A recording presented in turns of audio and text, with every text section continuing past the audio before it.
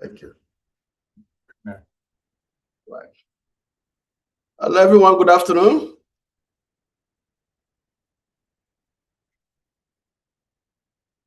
Please submit and speak. Okay, just respond to a bit on the chat box. Just drop the chats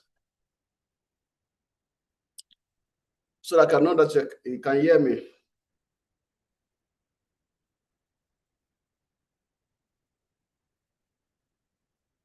Can you all hear me? Okay, that's Babalo Labiola.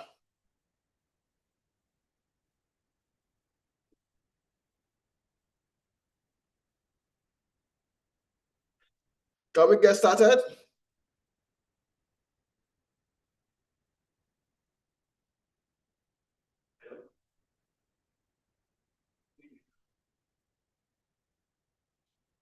Okay, please respond if you can see my screen so I can get started. Can you see my screen?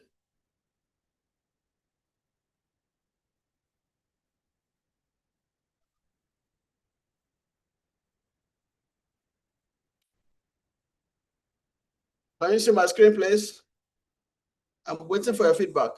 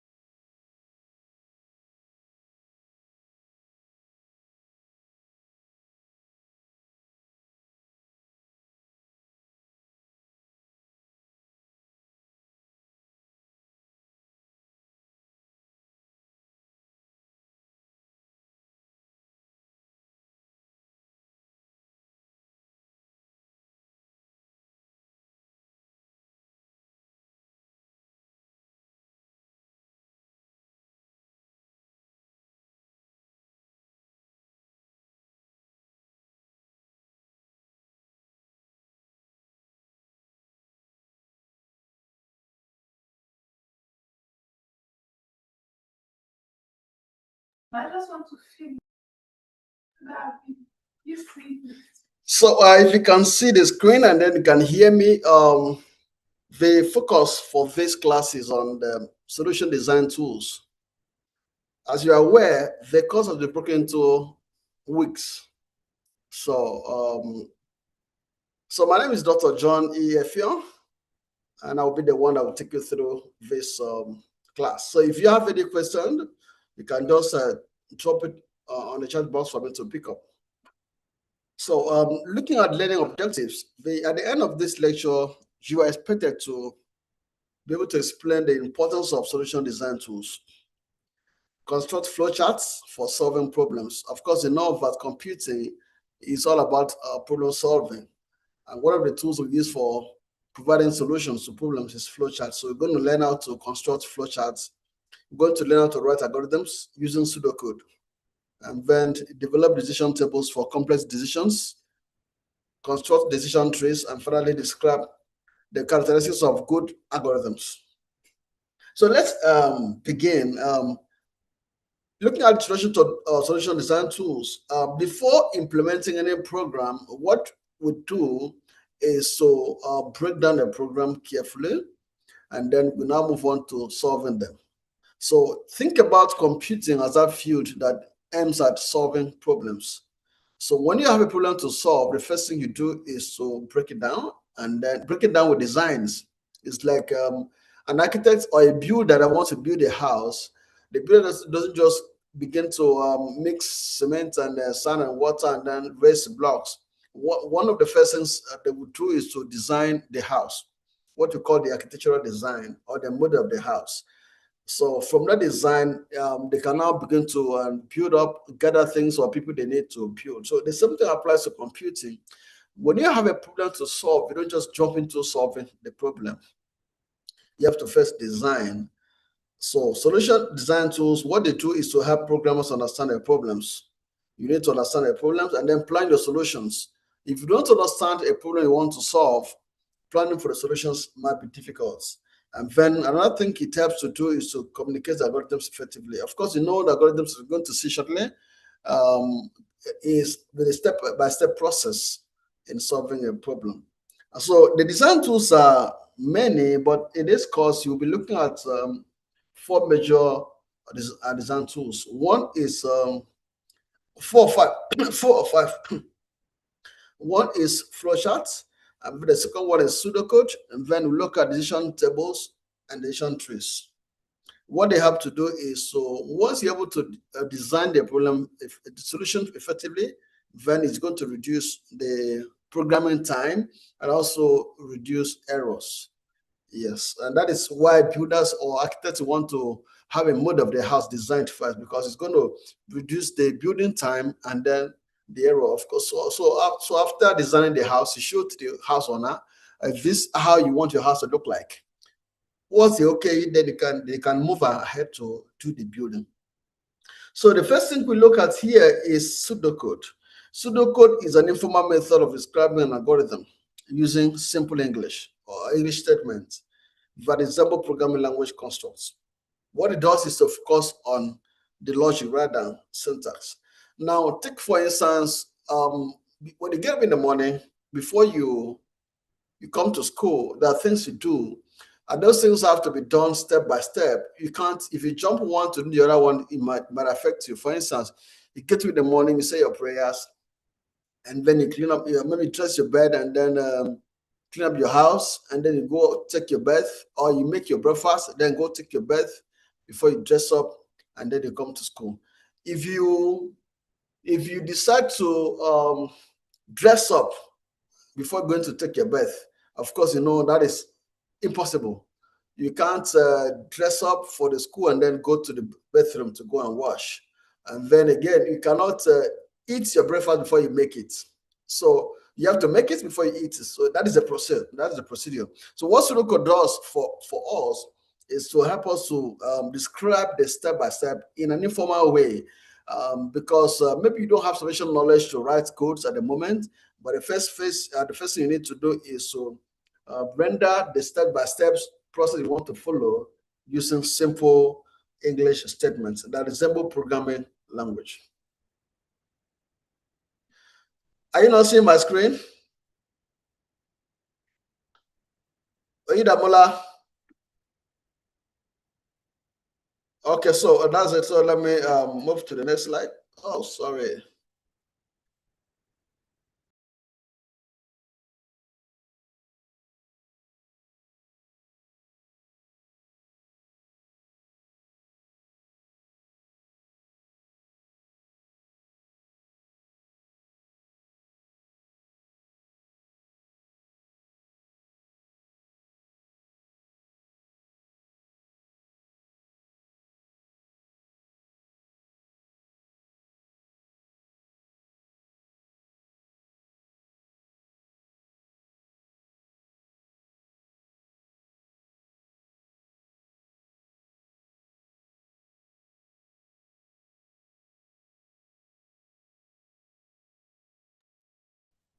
Okay, so looking at the advantages of pseudocode, one of the advantages is that it's easy to write and understand. So you can easily write even when you don't have sufficient programming background. You can write pseudocode, and then it is independent of programming language. So whether you're using Java, you're using Python, or you're using C or C++, or even for web scripting, you can the same pseudocode can apply to all of them. It facilitates program development because you already know what you want to build or want to write. It helps in algorithm analysis, and it's easy to convert into code. So those are the advantages. Now, these are some of the symbols. Where begin, which helps to start the program. You have a terminate algorithm. You have input, which accept data. You have output. You have display results. You have if, else, and the rest of them. Now, if you are using Microsoft Word, for instance, now there are symbols that Microsoft Word has, and there are also some tools. Let me show you one side I use. Please signify if you can see my screen. Can you see my screen?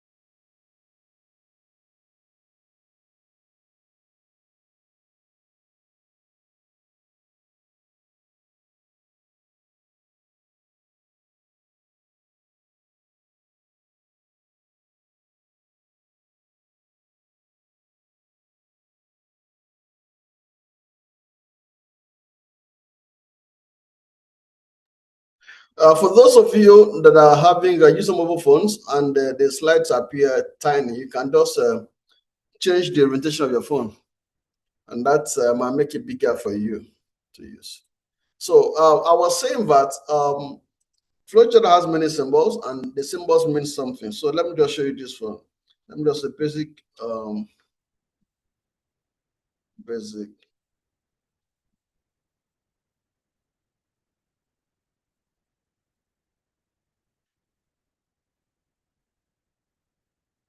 Okay, I will get to flowchart. Let me just leave it there. So, so those are the things we have to talk about. An example is given here. Sorry, that's so fast. An example is given here. Addition of two numbers. Now, if you are to add two numbers, what would be the first thing you do?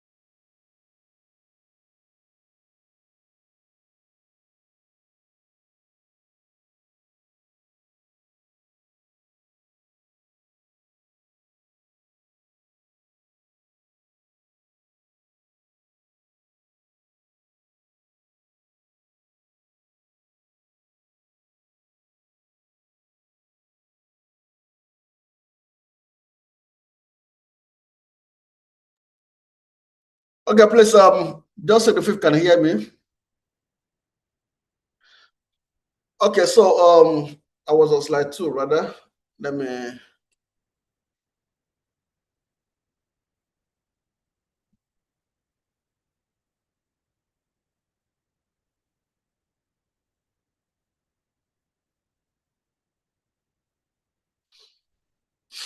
So an example is, example 1 is to show the addition of two numbers. So the first thing is we input A. A is a placeholder, what you call the variable name that will hold the first number. And then the second number will be stored in the placeholder called B. And then we're going to sum A and B and store it in a location called sum. And then the system is going to print out sum using that output command, and then the program ends. So that is a simple algorithm that adds two numbers for us to see. Okay.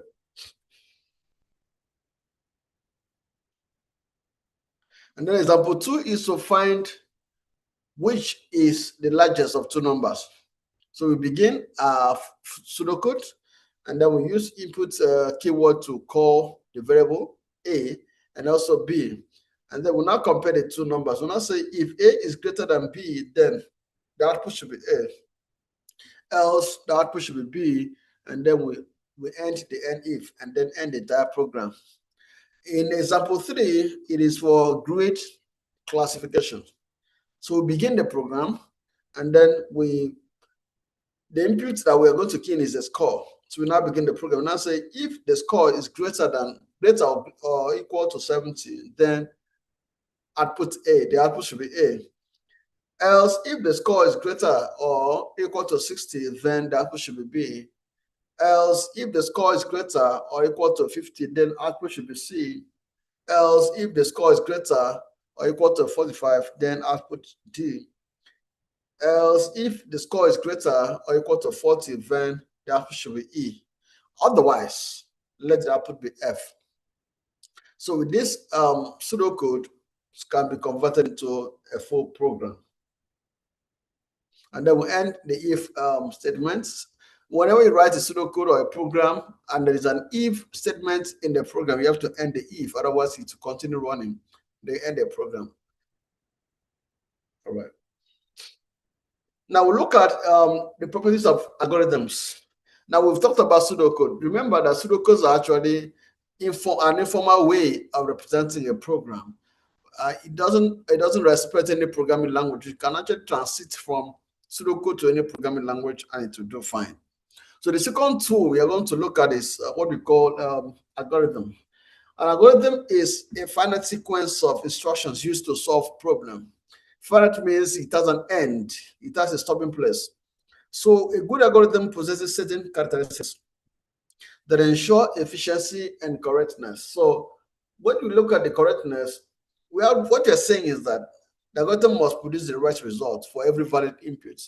If the input to the system is correct or is correct, then the output should be correct. An example is given where an algorithm adds two numbers and store the sum. So you see A added to B, and then the result is stored in the place called sum. That storage location is called variable, and the variable has to be written on the left-hand side, while the inputs will have to be on the right-hand side. Then the second thing is finiteness.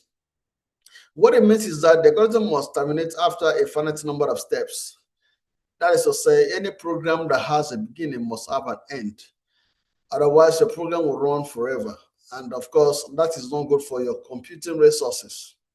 And when we have definiteness, what this means is that every instruction must be precise and unambiguous.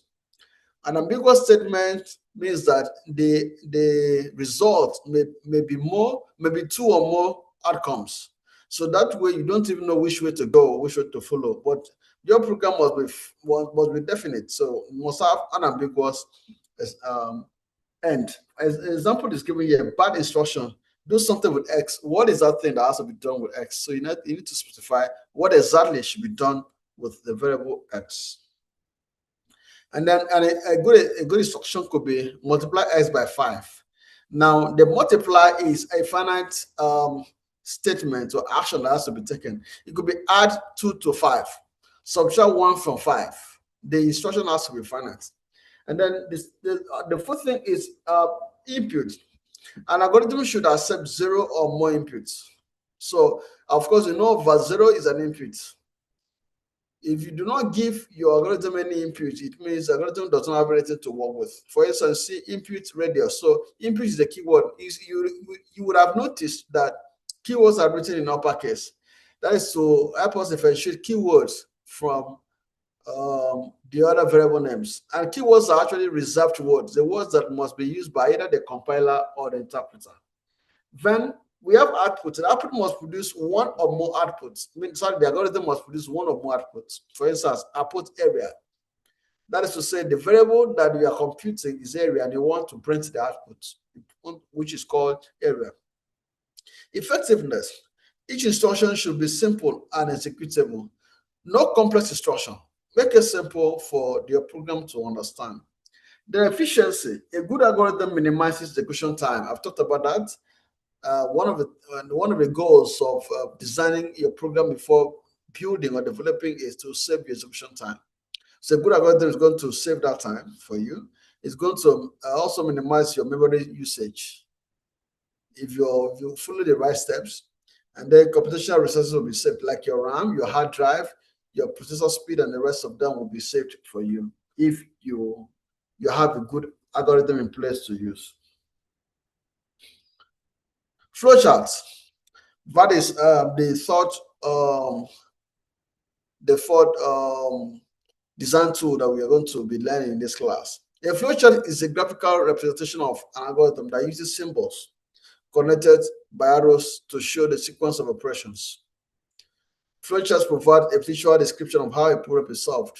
So let's say the problem we want to solve is how to cook indomie. So how to cook indomie can be written in a programming way. And the first thing you need to do is to, of course, get your flowchart ready. Sorry, no, not flowchart first. You get your pseudocode. That is the false code that represents your program. And then once that is done, you can now draw the flowchart, for instance. So, what are the steps in making an Indomie? Drop on the chat box. Give me the steps. Let me see the first 3 persons. Just type in the lesson. What are the steps in cooking Indomie? I'm waiting for you.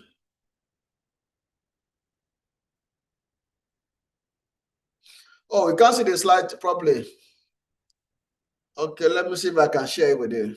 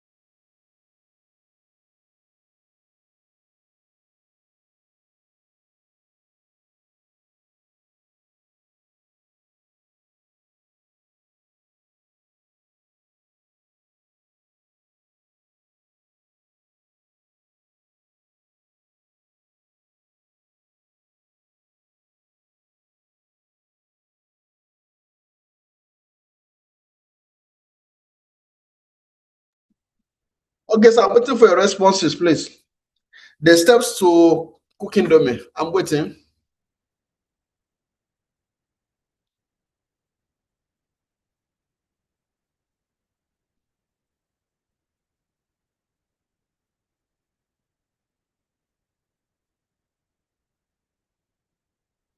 What are the steps for cooking Indomie? I'm waiting for the steps, please.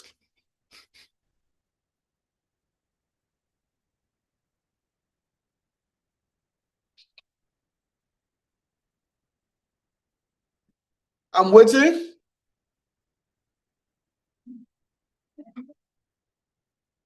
So you cannot cook Indomie, right? Give me the steps. How do you cook Indomie? The girls in the house. Who are in the hostel? Or are you not hearing me?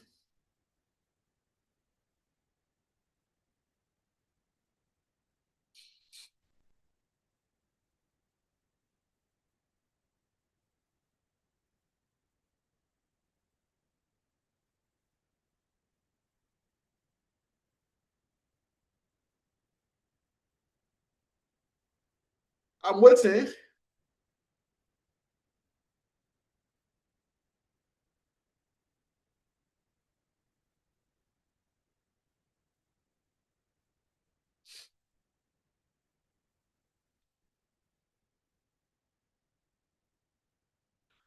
Okay,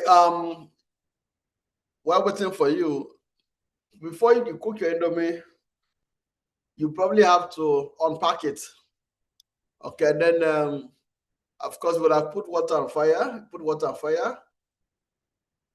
Okay, somebody said boil water. Okay, add the noodles. Go for 2 to 3 minutes. Drain the water. Mix in the prepared seasoning. Okay, yeah. Oil and chilled packets and stir. Add fried chopped onions, vegetables, and egg to mix it. You have money or you are putting egg in your enemy. Okay, let me see what Ora is saying. Buy the enemy as many as you can eat. Don't go there. Me, I can eat 5 for. Pour water into a pot. Add the seasoning if you wish. Add grounded pepper. Pour in your noodles, but then allow it to steam in the water for a while. Okay, now the steps you've written now can be converted into pseudocode and also into flowcharts. So let me see if I can. I don't know if I can actually show you the symbol.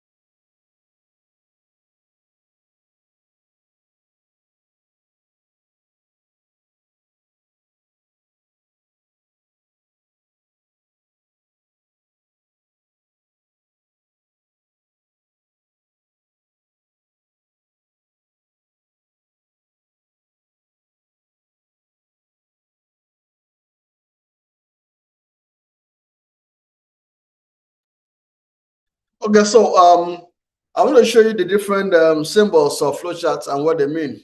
So let me just check that on Google so we can see how it looks like. So let me just type simple or basic flowchart symbols.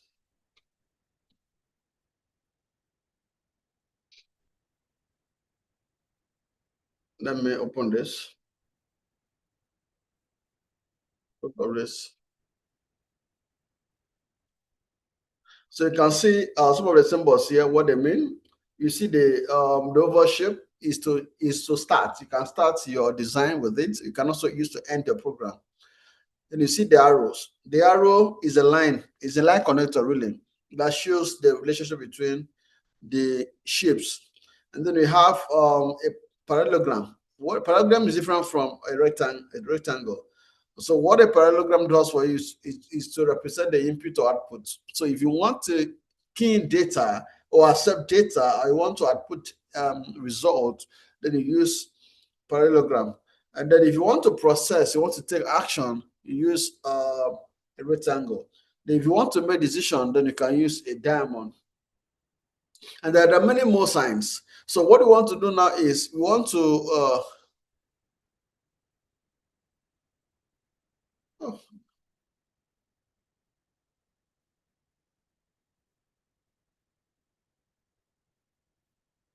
so what we want to do now is we want to use some of these symbols to design a flowchart on how to cook Indomie.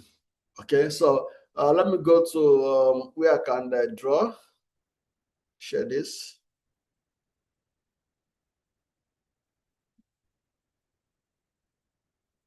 Okay, so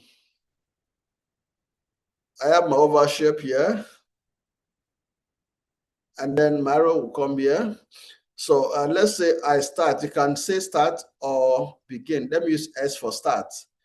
Then let me use that of the steps written by, who is there? Abiola Babalola. So when you start, you boil water. Boiling of water is an input, or is it the process? Is it a process or output?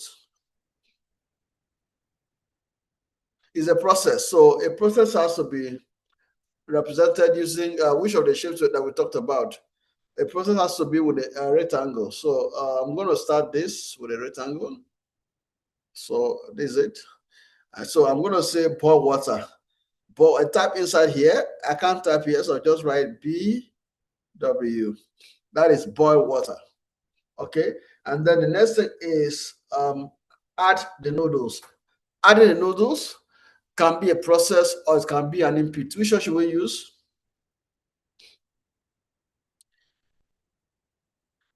Which one should we use? Okay, let's say boiling of adding the noodles is a process. So it means you're going to use parallelogram to do that. Is it a process or it's an input? Adding is input, so it starts with parallelogram. So yes, let's connect our arrow here. So let's say that is add noodles, A for add, and then T, N for noodles. So add noodles. And then the next thing is cook for 2 to 3 minutes. Cook is a process. Am I correct? It's a process. So we're going to use another parallelogram to do that. So we're going to say, so C for cook. You have to write it on in full. You can say cook the indomie. And then the next thing is drain the water. Draining is a process. Is it a process? Yes, it's a process. So that's another parallelogram. Drain will be D. And then the next thing is mix in the provided seasoning. That is add the seasoning. That is input.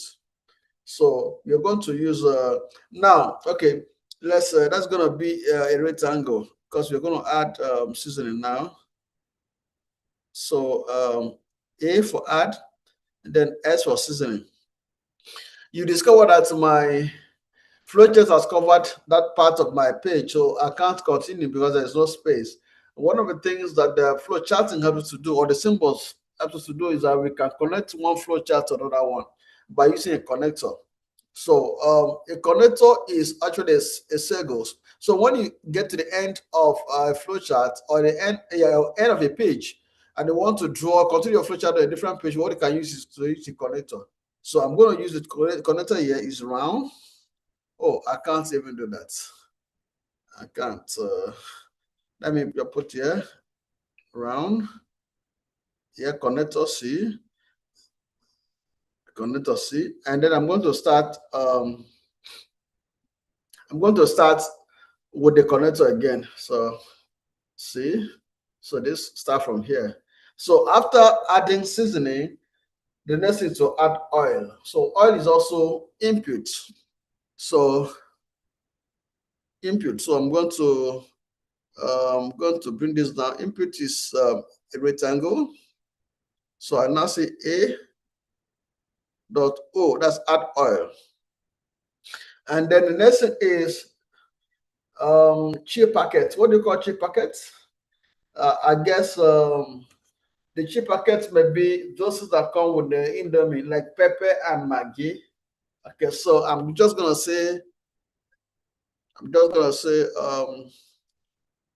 add pepper. No, you've already added seasoning, so there's no need for that. I have to delete this. Let me delete this. Let me delete this. Where's my delete key? I cannot see delete key. Sorry, I'm trying to find the little key.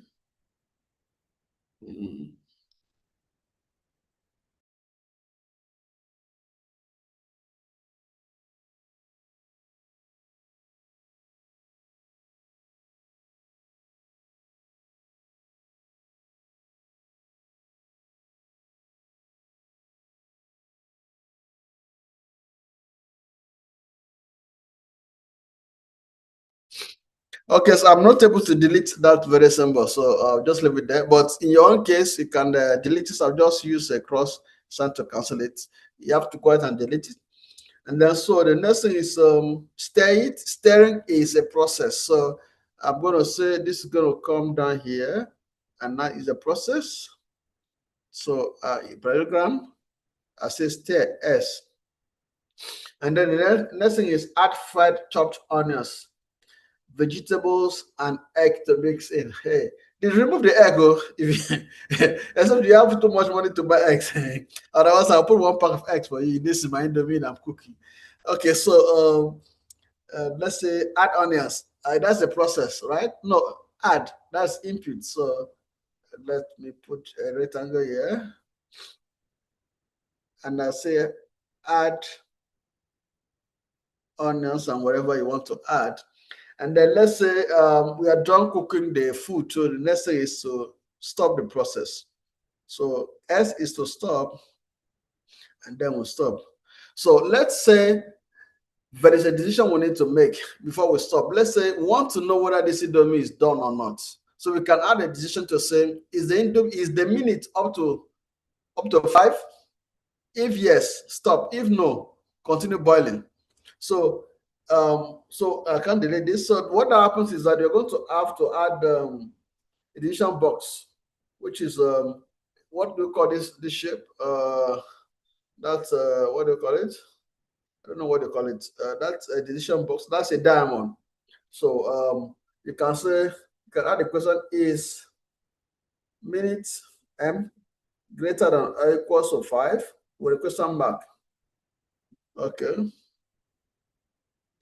So if no, okay, let's say if yes, you can go and stop.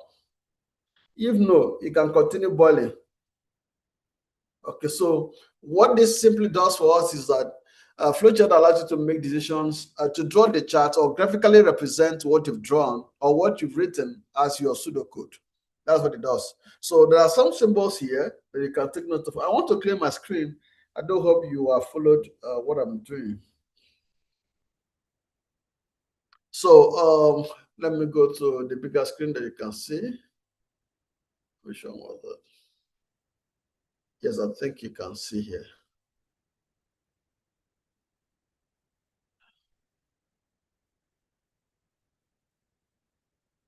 Okay.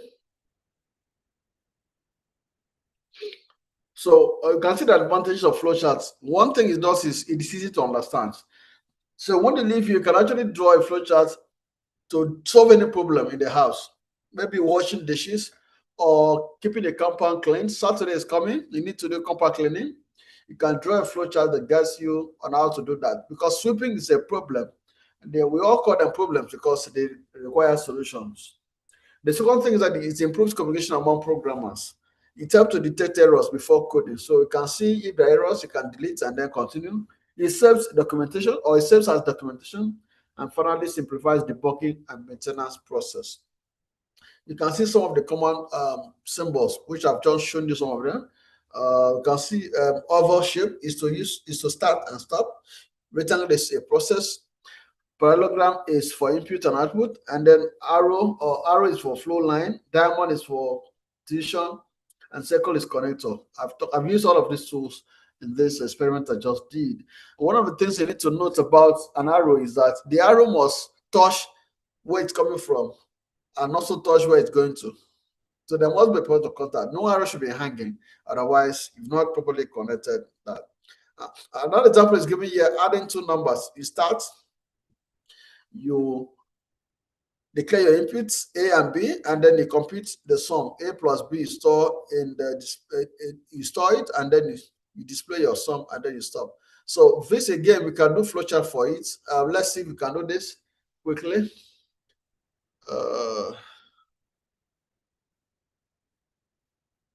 let's say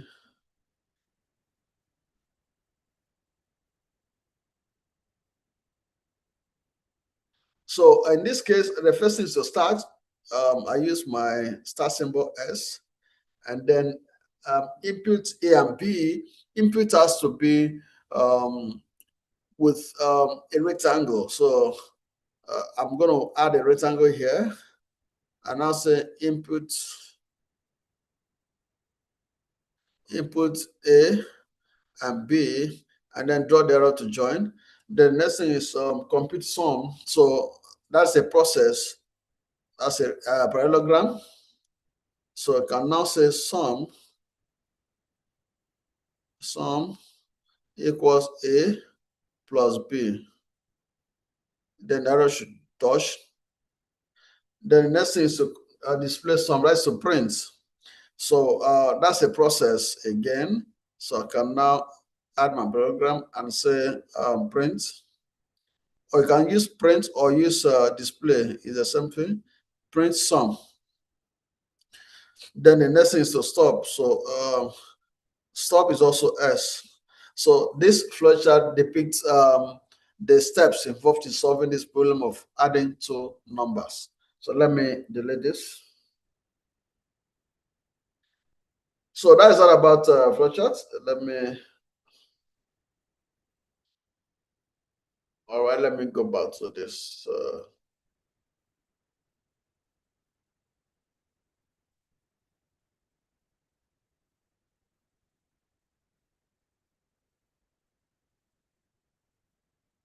So you can see the way it is here, but this is not really representing it. What I drew is far better, but those are the steps. You start, you put the input, you find the sum, display the sum, and then you stop. Then the second example is to determine whether a number is even or odd. An even number, when it is divided by 2, should have no remainder, or the remainder should be 0. So what we use here is modulus 2. So you start your flowchart, and then you input a number they want to verify whether it is even or not, and then you divide the number. You find the modulus of the number by 2. So if the remainder is 0, then you can display even. If it is odd, then it is so if the remainder is not 0, that's something greater than 0, then it is even. Then you can stop. So you can say that in this example, there's a division box at the point of determining whether the remainder is 0 or anything greater than that. So the fourth thing here, the fourth design tool here is decision tables. A decision table is a tabular representation of conditions and corresponding actions. So this matter, instead of drawing using tools to draw, what you are doing is to rather make a table, and the table will typically have rows and columns. And the tables, or what you call decision tables, are useful when you have many combinations of conditions. Sorry for me. I'm having kata.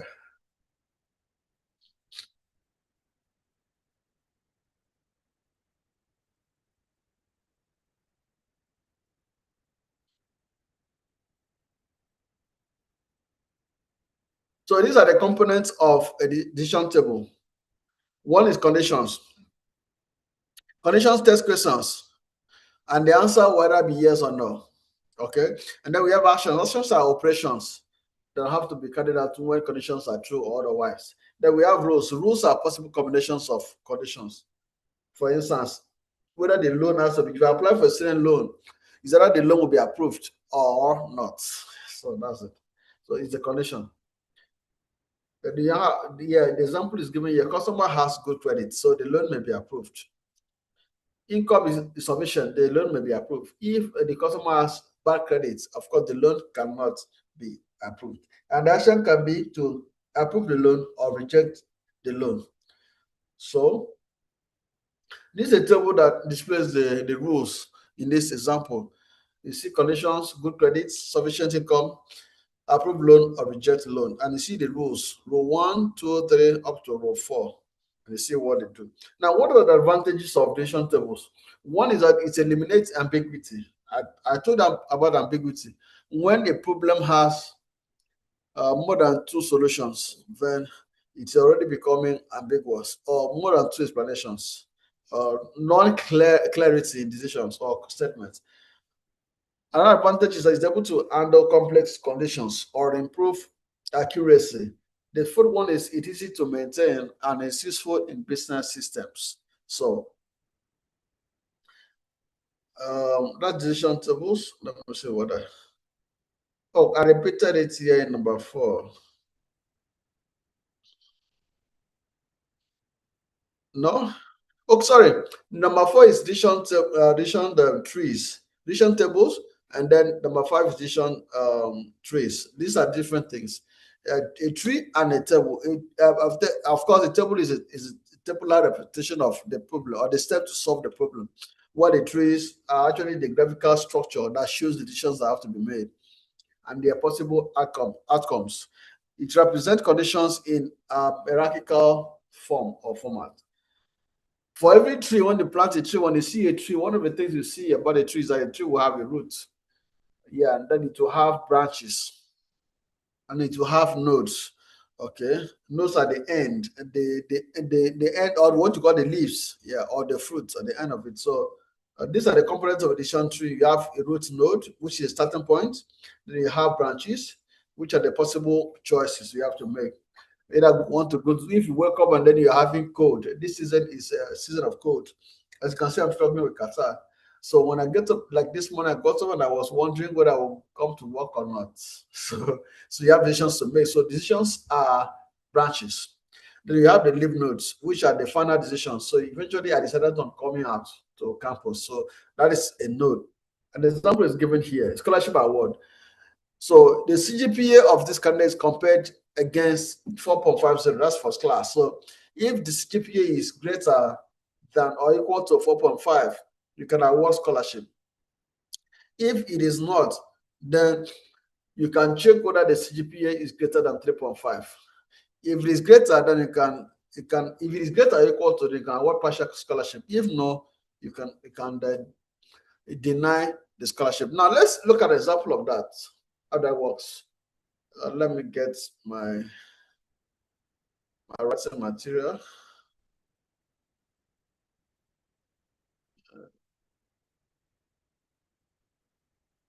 I hope you can see my screen.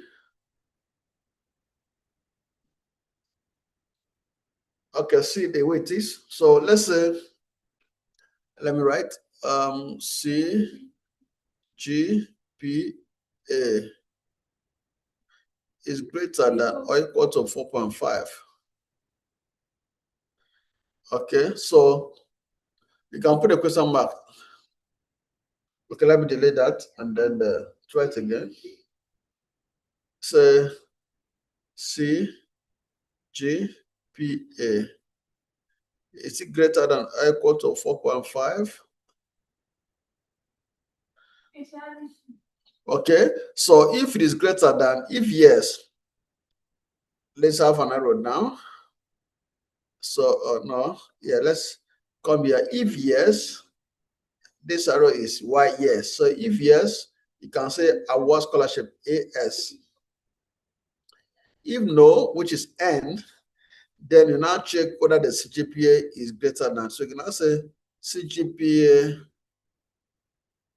greater than or equal to 3.5.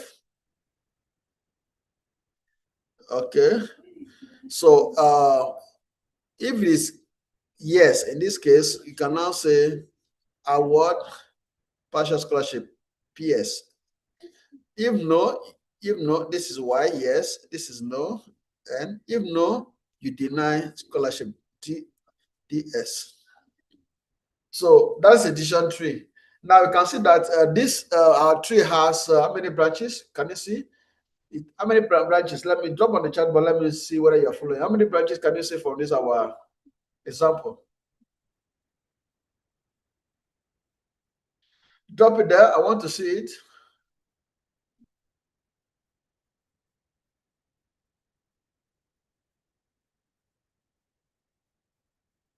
I'm waiting for you.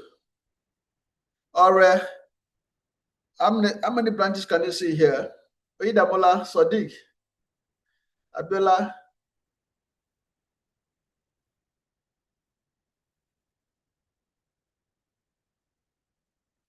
I want to get feedback from you, please.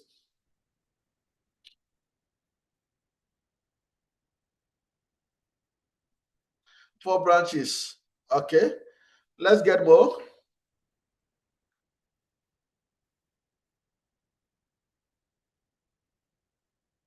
I want another answer, please.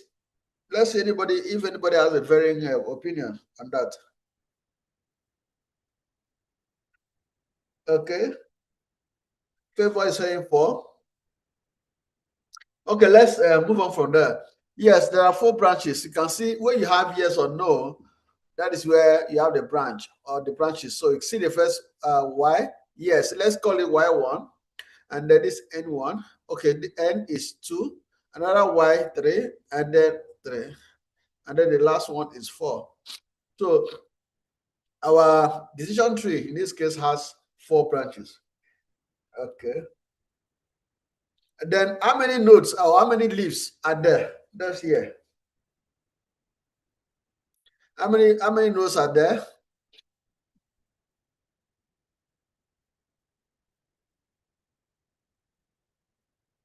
How many leaves?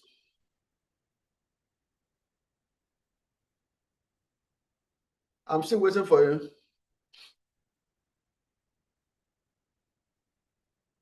Nobody wants to talk. Okay, you can also see that it has 4 nodes or 4 leaves. Where you have approved scholarship, AS, you have no. Then you have no, not to that 4. 4. You can see AS. You can see CGPA greater than or equals to 3.5. That's another leaf. They now see award partial scholarship. That's another leaf, and then you see deny scholarship. That leaf. So each you can see that each branch has a decision or has a leaf rather. So that's it. So if there are 4 branches, each branch will have a leaf, at least a leaf. So let's move on. I hope you're enjoying the class. Do you have any question? Does anybody have any question you can drop?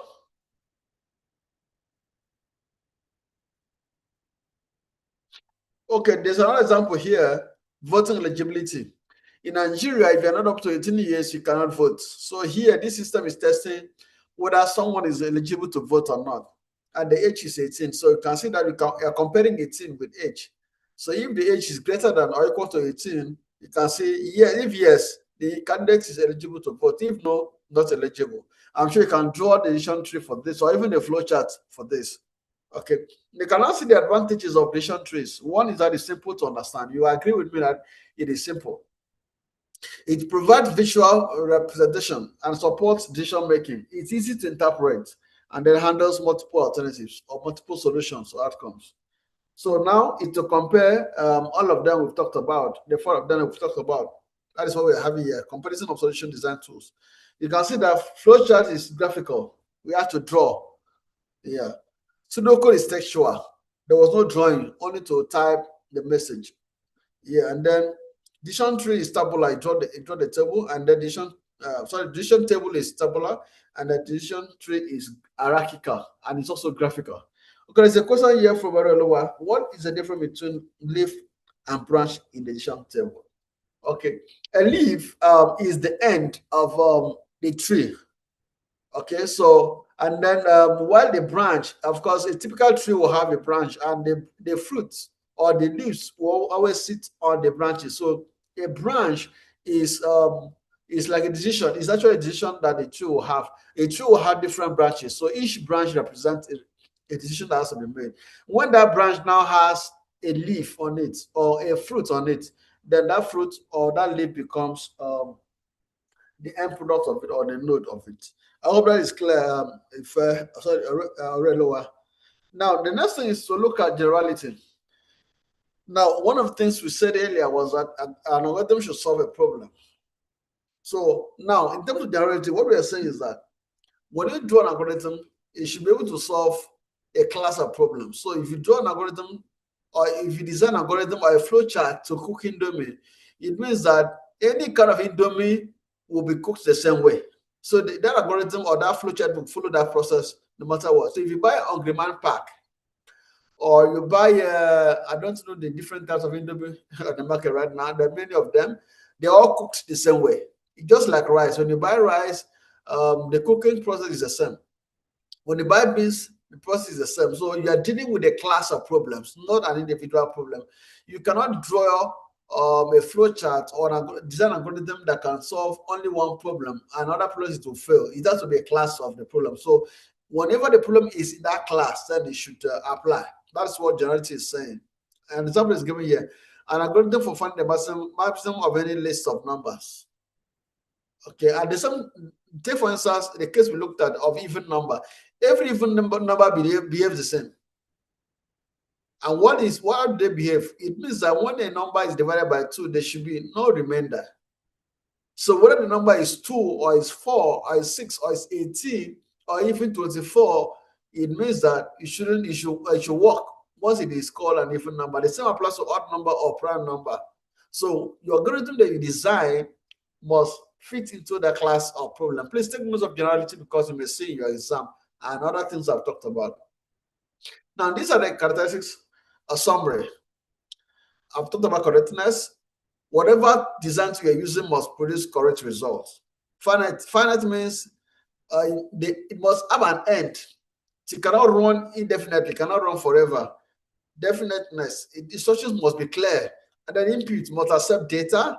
Output must produce result. Effectiveness, steps are executable. Efficiency is using resources wisely. And then generality, applicable to many users. So we have domestic exercises we have to do before we go. We've spent 1 hour, and the next 1 hour I want to get feedback from you, and then we'll wrap up the class. So the exercise here is for you to draw a flowchart that calculates an area of a circle. The first thing you do here is for you to write a pseudocode for the area of a circle. Can you give me the pseudocode on the chat box to calculate the area of a circle? Let's see. Who can do that?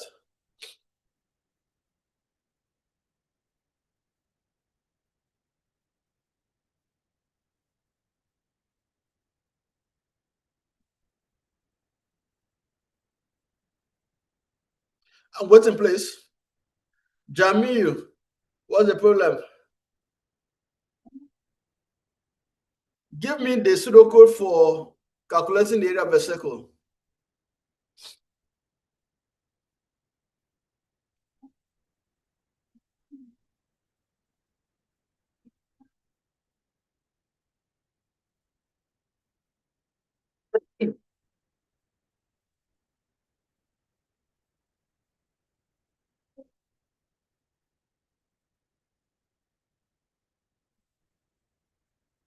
I'm waiting, please.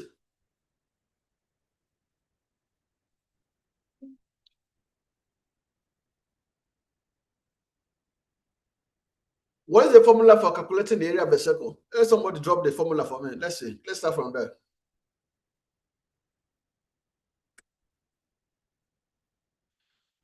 What's the formula?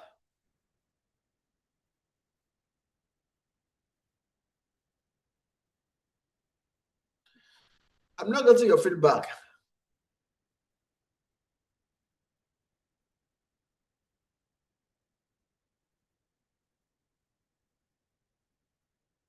All right, what is the formula for? Okay, this is coming from Abiola. Pi radius squared. Okay, so if the formula is pi radius squared, it means there are two variables. What are the variables? Okay, always say start, input radius, area, they calculate the pi radius. Okay, in this case, if the formula for calculating the area of a circle is pi radius squared, it means there are two variables. Pi is a variable, and then radius is a variable. But because pi has a value of its own, which is the same everywhere in the world, so pi is no longer called a variable, but a constant. So we're going to declare that constant and then put the value. Then we'll now either manually put the value of radius or asking the user to key in the value of radius. So let's do a pseudocode. Okay, Ray has done a pseudocode. Let me write it here so that we can see how it looks like.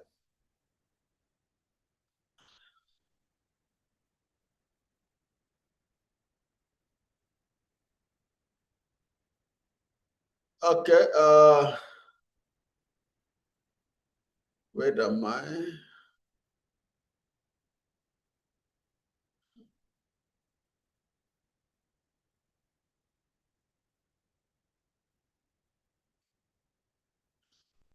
Okay, so let's write a pseudocode for this. Number one is, let's say line number one is for also, what did you already say? Start. Okay, let's say start.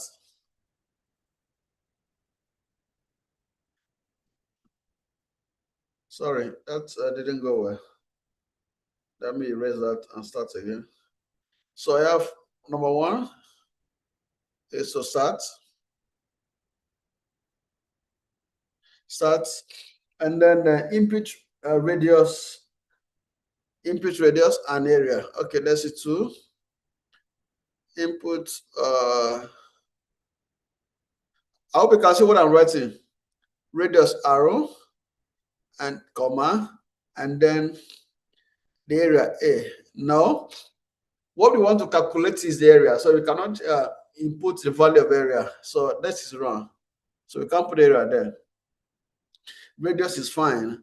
And then step three is to get the value of pi. Pi is given as 3.142. That's the value of pi.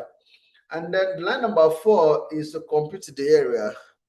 To compute the area will now be as pi times arrow times arrow.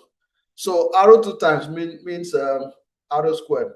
So line number 5 is for also get the output. So what I want to put in, you can now say output A, the area. And then line number 6 is to stop, because whatever starts must stop. Remember that any program that starts must stop. So that is the pseudocode for that problem. Exercise number 1. So we are going to convert this pseudocode into, of course, you can convert this to an algorithm by just adding more sentences to it. Instead of shortening it, you can write in full, some of them in full. So let's convert this to a flow chart. Can somebody try that? Oh, you can't share your screen, so let's see. So I'm going to erase this. So the flow chart is going to be, no, I don't have to erase. Oh, I've erased already. Let me start.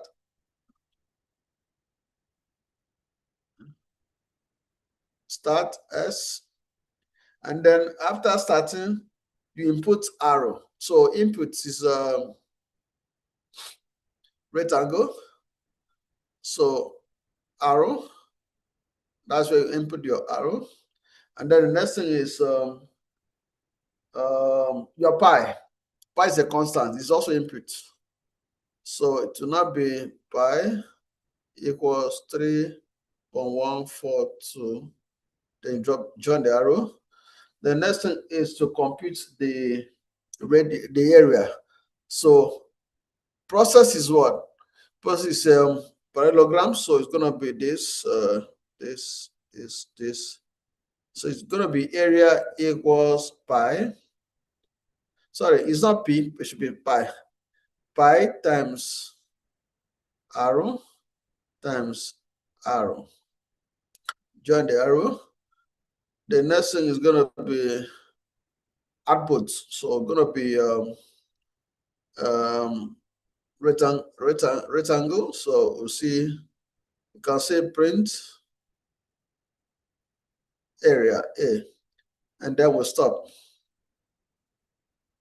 We'll stop here.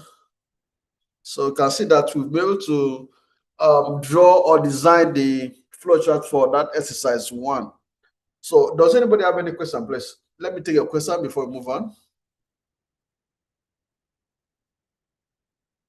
So one of the things you see is in computing is that, remember that when you are preparing for YA or your UTME or even post UTME, one of the subjects that was made mandatory was physics. Now, as you continue, you discover that physics is key to computing, because most of the formula or the formulas that we use in physics are what we use in applying them to computing.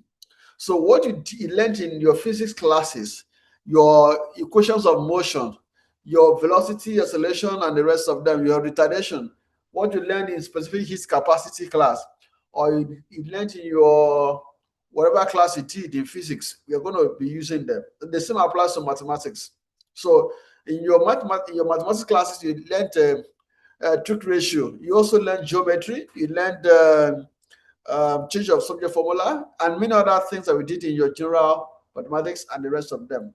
Now, you discover that those are actually what we need in computing, in solving problems. So if you don't have a good background in physics or mathematics, it might be difficult for you to make serious impact in computing. As you can see that the formula for calculating calculating area of a circle came from mathematics.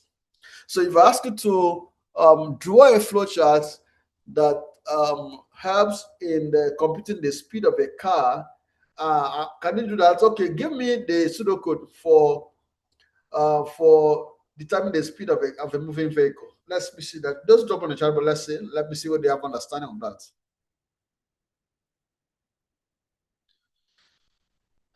The pseudocode for computing the speed of a car. Let's hear that.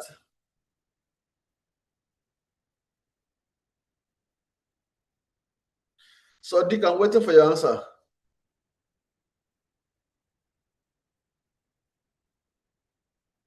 The pseudocode for determining the speed of a car. I need two persons to give me responses, then we can move on.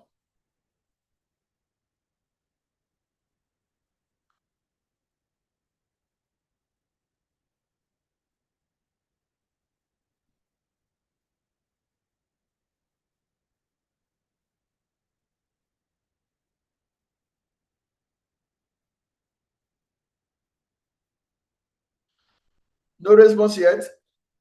Abiola, are you sleeping? Or you're typing? Jamil? All right, Sadiq. Those are the students in my class. The rest are sleeping.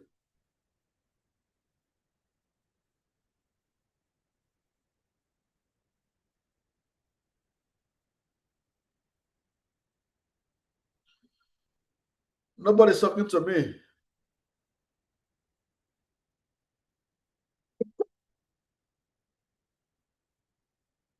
Yeah, Sadiq, give me the answer. How do you calculate the speed of a car? Another name for speed is velocity. So velocity is given as distance over time. That's what we did in physics in secondary school. Yeah, that is one of the. Okay, Kalejai, start.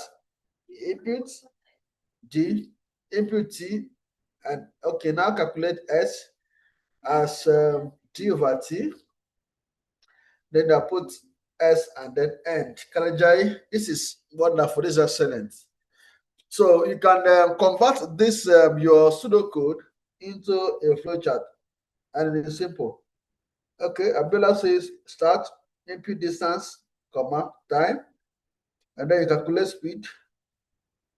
Speed is given as, you didn't use the right keyword. You use input distance, comma, time. How about speed? You would have said compute. Compute speed equals distance divided by time, then output speed, then end. So you can convert this into a flowchart. That is simple. Okay, let's take questions, please. Ask your questions.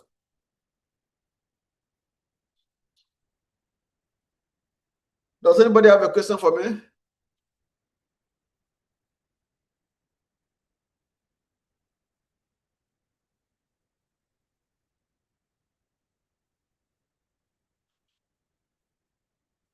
Okay, Abiola, no question. Kalejai, do you have question or Sadiq? Jamil, do you have question? Okay, Kalejai, no question. So you can see the exercise 2 is for you to write a pseudocode to determine whether a number is positive or negative. So you need to know how that is done. And exercise 3 is to construct a decision table for admission based on this. So if the score is greater than or equal to 50, and then age is greater than or equal to 16, the score here might be your JAM score or your post-TME score. And then the age, the federal government says if you are below 16 years, you cannot be given admission. So it means that you're going to be working with the sub-conditions there. So if age is greater than or equal to 60, and then the admission process can continue. If not, the candidate will have to be denied admission instantly. And then in exercise 4, you have to draw edition 3 for classifying grades. Okay, can you do that? So if the score is greater than or equal to 70, the grade will be A. If 60, it will be. If 50, it will be C. If it is less than 50, in this case, it is F. Yes, so you're asking for the slides. You have the slides. You know how you get the slides, so that's not a problem. You have the documents. Questions? Because I've gotten to the end of the document, so I'm waiting for your question now.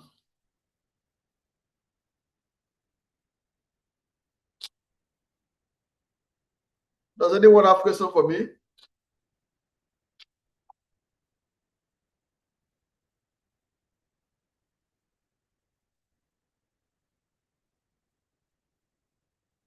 Question?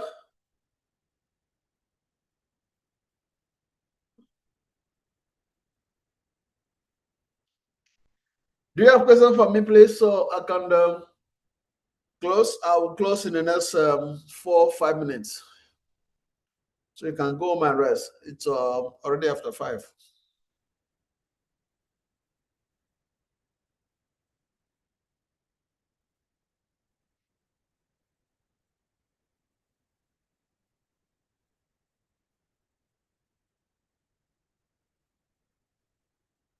If you have any question, just signify. Just say no, no question, no question. So I know, but you don't have any query for me. If there's no question, just drop no, no, no, no, no. Then I can cut short. Okay, so no question. Let's see.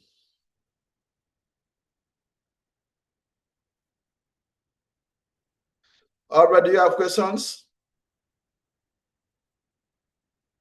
Ajay, success, no question. I'm showing you for the first time, Ajay. You've been sleeping since. Do you go to cook Indomie? You have to cook for the entire class, so. Ajay, where's the Indomie went to cook? You used our algorithm to cook your Indomie. I mean, our pseudocode. You didn't bring it to class.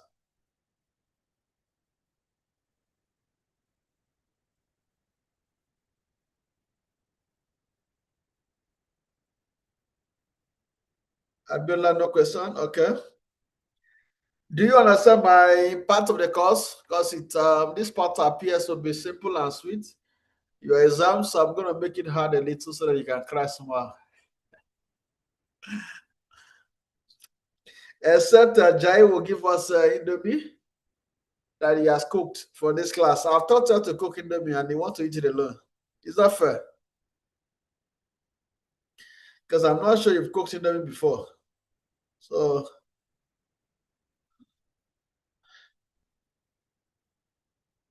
I'll come to your room for the Indomie.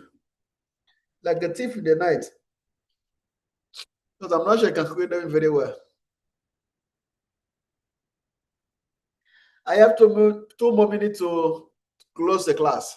So I'm waiting for your feedbacks.